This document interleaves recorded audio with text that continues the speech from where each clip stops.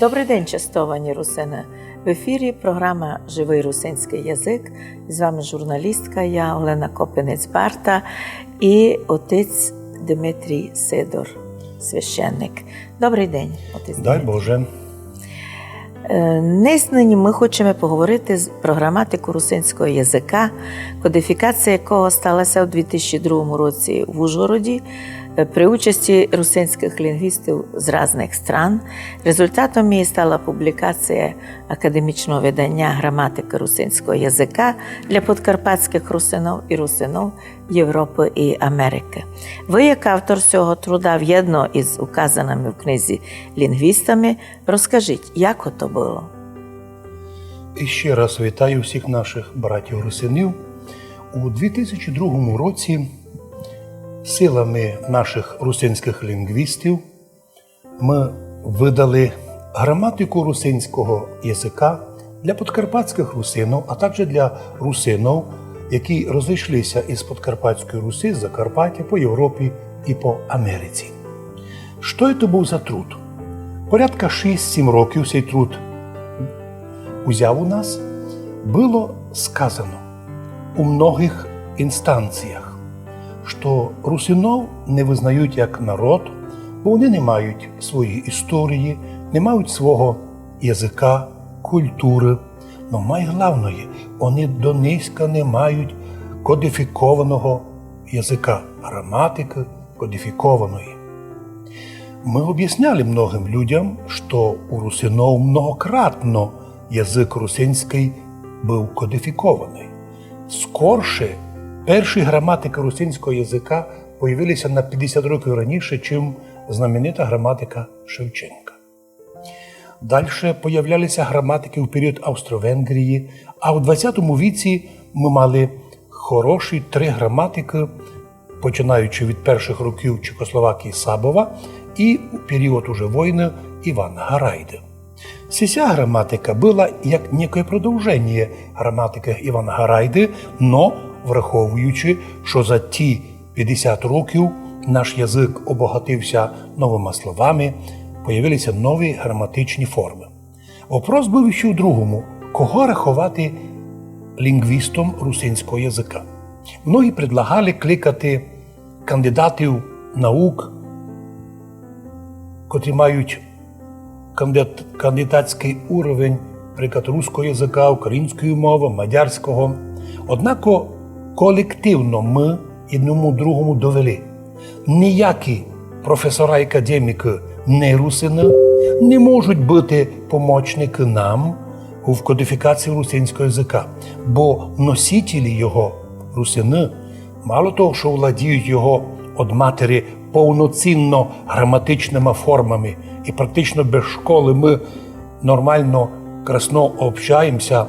Єдине, що деколи можемо окремі люди не знати точно написати, як би то написати, наприклад, писати «читали сме уєдно» або форма глагола бути «сме» або сокращена від церковного «єсме» уєдно або окремо. Но у бесіді русини найбільш красніше говорять по-русинськи, чим усі народи Совєтського Союзу. Кстати, різні народи впливали на наші язики, а тому остатки деяких слов немного, порядка 0,01%, підкреслюю, 0,01% в русинському язикові іноязичних слов. Ми навіть говоримо, що вопрос, хто у кого переймав слова. Ми у мадярів, це мадяри, які злізли з конів, ніде не бачили виноград, ніде не бачили письмо. Вдруг вони дістали від русинов і письмо, і православну релігію, і кирилічну граматику, і много слов забрали вони від нас. У них порядка 20-30% слов слов'янського походження. Слідовательно, ми знаємо і утверждаємо, русинський язик за 1000 років не приобретав дуже сильний вплив других народів, других язиків, бо нас держала унікальна форма церковно-слов'янського язика у богослуженні. А православна служба наповнена, наприклад, якщо виспівати вечірню, утренню, літургію, молебни, вінчення, хрестини, похорони, гостини, застолля, сіяння на полях, то мінімум 1000 слов проходило через вуха русинов. І хоча могли бути у селі мадярський язик, рахуватися главним, і чеський, і австрійський, люди завжди поновляли свій запас слов іменно із церковнослав'янського, плюс бережно. Сокотив і сокотить. І буде до кінця віка сокотити русинський язик, знамениті вчителі, іменем котрі суть русинська мама. Мами русинські. От вони, хто зробили нам базу. І коли ми зібралися в єдно і провели ми всі форми, особливо тяжко було проводити граматичні форми різних глагольних форм. Бо русини сохранили всі форми церковнослов'янського язика минулого часу. Перфект, імперфект, плюс камперфект. І ще даже формы аориста, это форма греческого языка, то есть надвременна. Все это мы сохранили. І записали, зафіксували. І у 2002 році в Ужгороді в присутності лінгвістів русинських, підкреслюю, не докторів руського, українського, мадярського і словацького язиків. Вони нам могли бути советник, но не помощники. Була создана кодифікована граматика, всі проголосували і здалася книжка. Вписані сюди сам редакторський состав, і після того ми казали, а от тепер уже від цієї граматики відходя, читайте, шліфуйте, фіксуйте, з якимось її програмами поспорте, предложіть варіант написання більш практичного. Но, щоб більше не було у наших опонентів, у русинов, того міфа, мол, русини язика не мають, а граматики не мають, а кодифікованого не мають. 2002 рік, не 2019. 17 років ми маємо язик кодифікований, однако наші опоненти роблять вид, що його не є, що книжка видана не є. А ведь кожному Верховній Раді, кожній, по 500 штук воно направляємо, щоб депутати Верховної Ради виділи, бо тут написано історія язика. Мало того, у нашій граматиці зліва перевод на англійський язик нашої граматики з усіма правилами і з усіма нашими наработками. Тому на нинішній день ми свідчимо світові. Русини мали раніше граматики кодифіковані. У різні часи. Остання з них була така добротна Івана Гарайди. Однак многі говорили за неї, а не держалися граматики його. Тепер ми вже предлагаємо, русини можуть основатися любими своїми правилами, але коли виясняється любими, вони вказуються однакові на нашій всій території. От Рахова до Ушка, разність між русинським язиком настільки мінімальна, що говорити про те, що тут якісь різності є, не приходиться. Опоненти русинов додівають нам, що у різних селах русини говорять да як інша на одно те же слово, поняття. Як ото розуміти, і це є то правда? Як уже ми підмітили і у граматиці, що так се стало, що будучи в окруженні інших народів, будучи в окруженні інших релігій, язик богослужебний сохранив нам іменно наш материнський язик. Так се ставало, що сперва русинський язик міг стати матрицею у Кирила і Мефодія, щоб вони взяли наш язик, зафіксували і перевели священне писання і богослуження, а потім пізніше вже церковнослов'янський язик спасав русинський. Значить, усі русини православні, навіть пізніше, коли через 700 років появилася в нашому краю унія, то і уніати вимагали від єпископа Римського, щоб язик богослужебний був присокочений, раз. Єпископи і священники були лем русини, що на нині ото питання грубейше нарушено, і щоб ніколи не міняти традиції русинські. Опять то теж вже нарушено. Ну, це друга тема. Оскільки язик і в більшій часті православних русинов, і в меншій часті греко-католиків був похожий, то і язик був похожий. Що касається окремих слів, то вони у нас виведені в окремий список, і їх є настільки немного, на соті долі процента, що говорити про разність не приходиться. Ну, наприклад, одні кажуть крумплі, це більша часть. Кажуть, що то влияння німецького язика, англійського, мадярського. Ну, ми вважаємо, що то наше є. На другому місці люди говорять ріпа. Далі говорять деякі булі. В пару селах говорять комп'ютери чуть ли по-французьки. Ми не знаємо, як це у таких селах появили назви, але вони абсолютно не свідчать про різність язика. Бо вони свідчать про те, що русинський язик, не будучи кодифікований і не преподавався як державний язик, він був більш свободний, навіть чим мадярський, австрійський, німецький язик, наприклад. Так обрізала кодифікація, що із 40 малих германських племен 39 оказалися обрізані, і одно стало зафіксовано. Як у Франції, десятки малих франських племен, язики їх пропали, обстався лише один. У русинов отого не є. Ми, що за 1000 років присокотили, то й маємо нині чудесний язик. А окремі слова, наприклад, ми їх уводимо в окремий список, і в словарьові крумплі на першому місці. Далі йдуть ріпа, комп'ютери, булі, там ще якесь друге слово. Но воно лише обогащає красоту нашого язика. Пам'ять історії підказує нам, що колонізатори все старалися нав'язати туземцям новий язик, писали їм нову історію. Наприклад, ми знаємо, що індуси знали англійський язик, а королева Англії була їм уже як сама рідна. А як поступали з русинами у період їх історії? Наша історія русинів починається як писана історія із часів, коли наші предки русини, іменно Тисо-Дунайського басейна, напали у 860 році на Константинополь. Це було літо 860 року.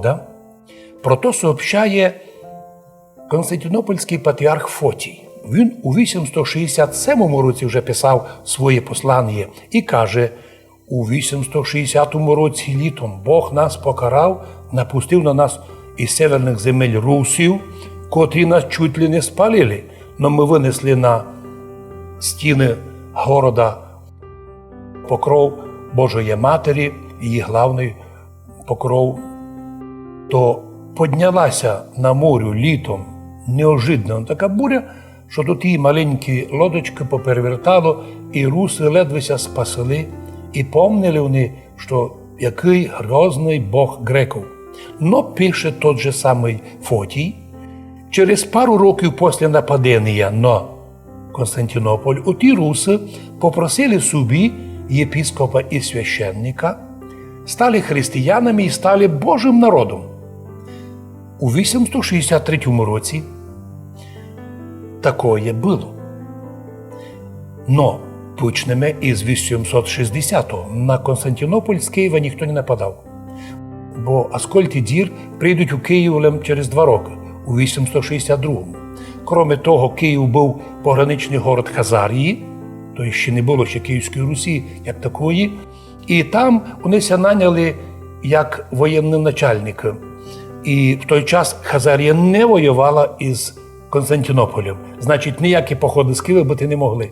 Це були наші предки.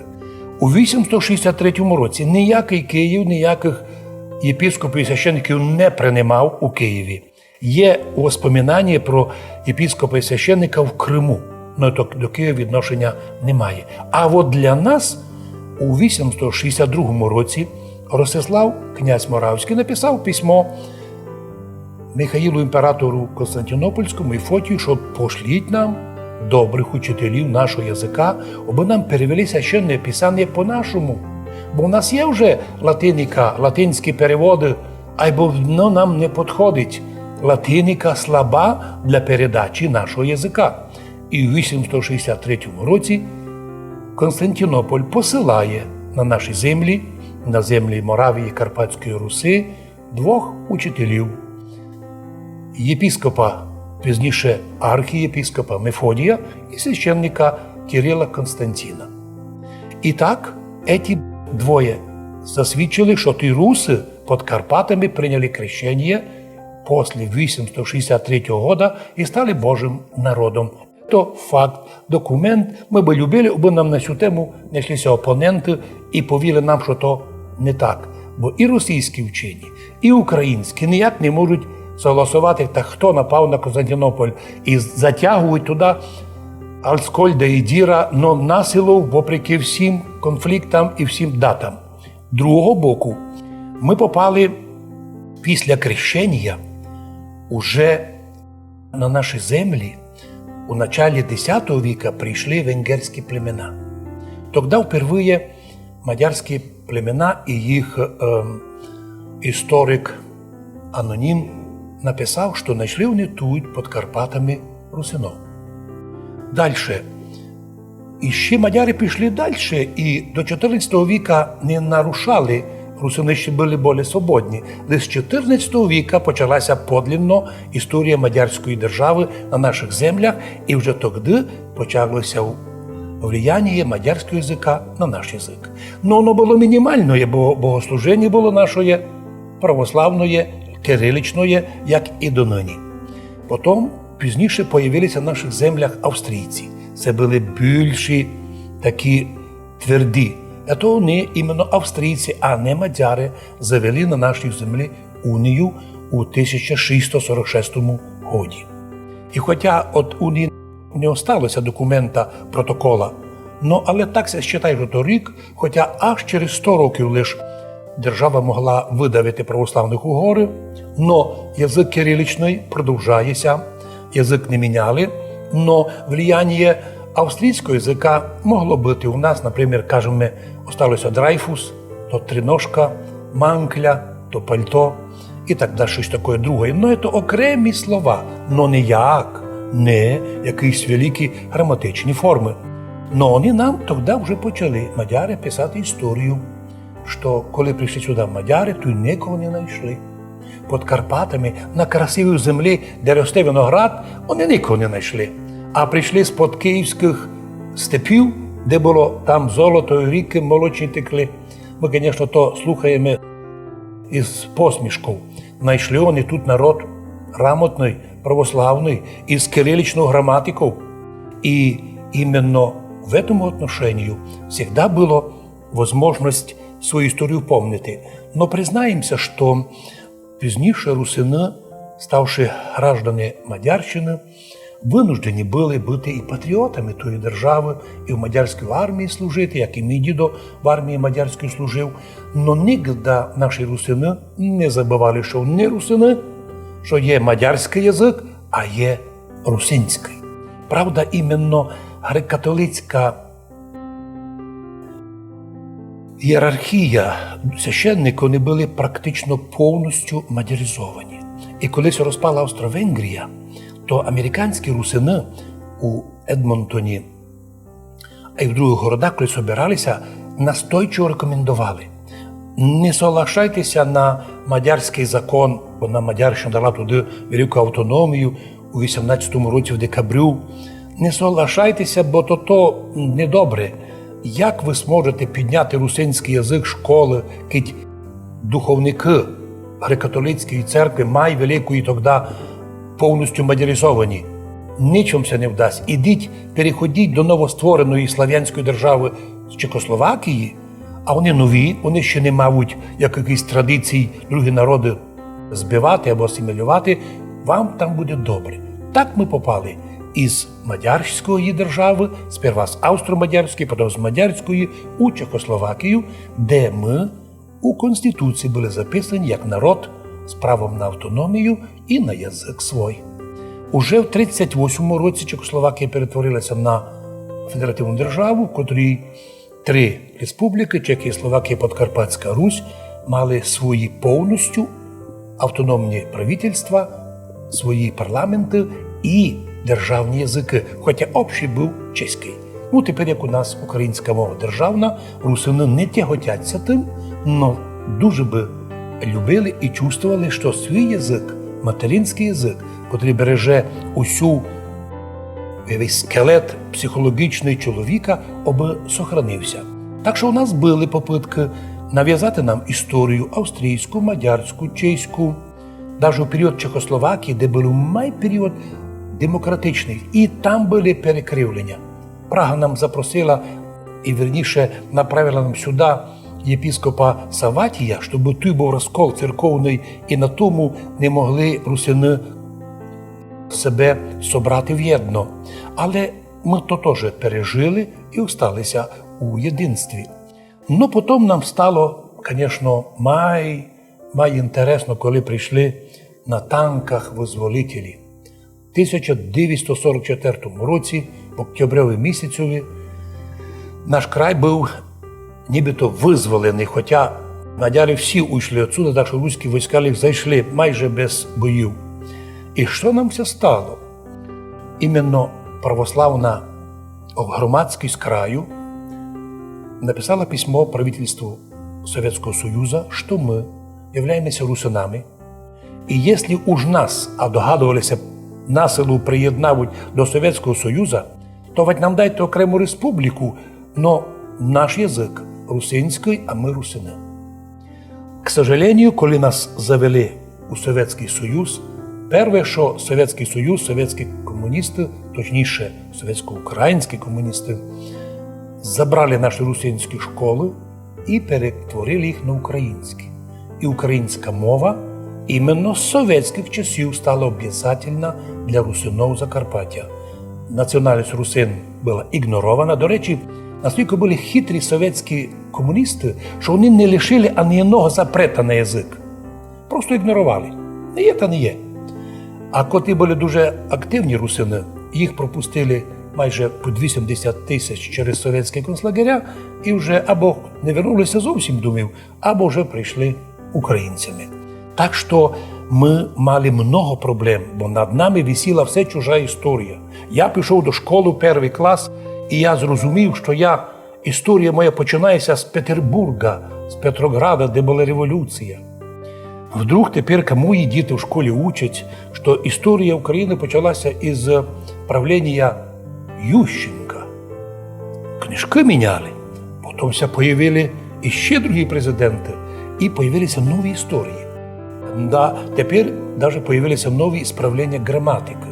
Но благодаря тому, що ми маємо свою граматику, підкреслюю, благословенне академічне здання, є у нас надія, що вимога українських законів не виб'є із нашої пам'яті русинський язик. До речі, ми із совєтського часу добре вивчили русський язик, українську мову. Да, до речі, українська мова була обов'язательна при Совєтському Союзі. Уже і тому нині говорити, що мало вона була, і дуже її били, ми, наприклад, то не пам'ятаємо. Ми учили українську мову із совєтських часів. Русинська була заборонена із совєтських часів. І нині русинський язик і національність, увы, ігнорується по тим же древньосовєтським правилам і кривим політичним лекалам. І так, хоч нам предлагали свою історію, ми на сьогоднішній день, іздана в нас історія Закарпаття, де автор був знаменитий доктор наук, і це наша плеяда, вони зафіксували правдиву історію, і ми її держимо. Оставається громадянами України, думає про інтереси єдинства держави, так і ми думали при Чехословакії, де в Конституції було написано, що Прага бере від нас, делегує їм часть своїх національних прав, но оби границя, державні гроші, армія були в'єдно і соєдинені у єдинстві з Чехословакією. Те ж саме правило і нині діє. Но ми розуміємо, щоб народ остався, він має мати добру історію свою і граматику. Причому, кажу вам, ще повторюся, не є у нас русинських школ. Попитки були нам недавно, такі класи русинські мали, але вони були нічтожно малі, з нічтожно малу програму, і мало того, вони практично подпольно проводилися із запретами директорів школ, а донині їх уже практично не существує. Ну, якось ми чули, що наш язик є один із найстарих у Європі. Як ви думаєте, яка перспектива граматики русинського язика на будущее? У списку європейських язиків малих народів офіційно значиться язик русинський. Следовательно, этот язик попадає під защиту Європейської хартії язиків національних меншин і регіональних язиків. Недавній закон у нас в Україні перед цим, що був записаний русинський язик як регіональний. По Конституції України любий другий закон, який применшає права уже прийняті, не є конституційним, навіть якщо б то приймали хоч і під хмарами. Следовательно, ми у будущем думаємо, що для єдинства держави потрібно знати державну мову. Добре би нам було і далі, як і донині, добре знати державну українську мову, як і ми знали державну мову при австріяках, мадярах, чехах, при Совєтському Союзі, русський язик. Але при тому, аби ми ніколи не забували свій русинський язик, бо, согласно утвердженням психологів, до тих пор, поки чоловік пам'ятає материнський язик, він способний ізучати інші язики. Дитинка, котра до 7 років володіє материнським язиком, іде в школу повноцінно готова ізучати нові язики. Якщо чоловік з дитинства втрачає материнський язик, у нього внутрі є психологічний розлом, котрому він буде постійно чувствувати якусь ущербність, що-то не вистачає. Тому я желаю, щоб і наші русини не ганьбилися говорити по-нашому. Неважно, в якій групі. Якщо якісь вимоги закону є, де треба використовувати українську мову, теж українську мову, але в школах своїх, в своїх інститутах, в своїх організаціях, общинах, а особливо в храмах, проповідь іде по-русинськи, читання Євангелія з русинським акцентом, іменно з акцентом русинським, так що у нас є достатньо подспор'я, щоб і в будущому сохранити наш русинський язик, і як нам передали наші предки, передати то в повноті і ще й приумножено і нашим будущим поколінням. Благодарю вас, отець Димитрій, за відповідь. А вам, чистовані русини, желаю, аби ми любили свій материнський язик, не лінувалися його передавати дітям і пробувати писати, говорити, записувати у швидко, що чуємо, знаємо, це від старих людей, це де ми були, но по-нашому. І важливо знати, що хоч кодифікація вже пройшла, но ми маємо право і далі глядати удобні форми нашого русинського язика. Таким образом, процес словотворення продовжується. Дякуємо вам, чистовані русини, будьте здорові. І з Богом Святим!